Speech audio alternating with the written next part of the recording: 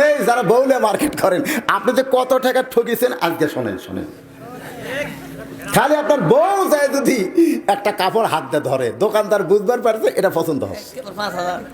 500 টাকার জিনিস 1-0 বেড়ে দিচ্ছে।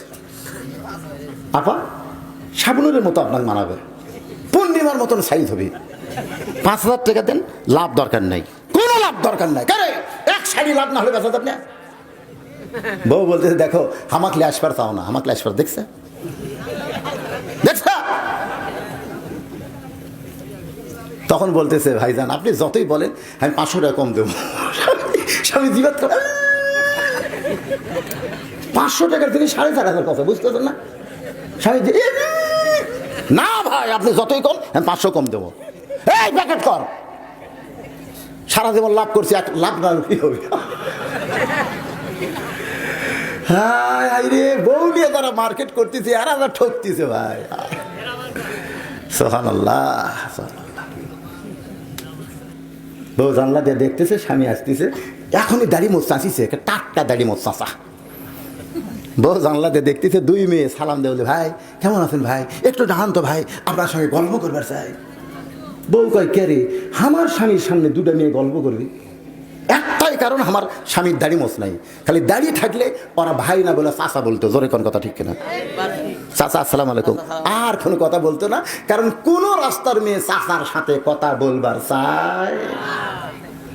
বউ চিন্তা করে আমার স্বামী আমার চাচা বানার লাগবে। কেবলই বাড়ির ঢুকছে, বউ ডাকতেছে আসো। স্বামী কয় কি হয়েছে? আজ একটা খেলা দেখাম আসো।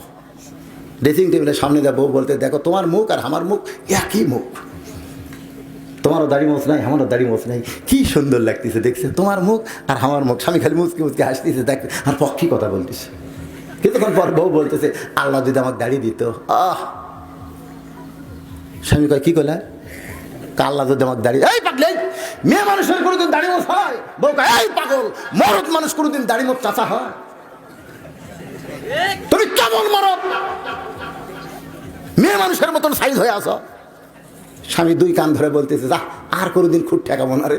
বউ কয় আলহামদুলিল্লাহ রে, আমার স্বামী আমার একলাই থাকবি রে, রাস্তার মেয়েরা ভাই কবি কে সোনাল্লাহ খান না কে রে মায়ের। এই মা, যদি তোমার স্বামীকে তুমি রিজার্ভ নিবার চাও, জোর করে হলেও স্বামীর মুখ দাড়ি লাগাও।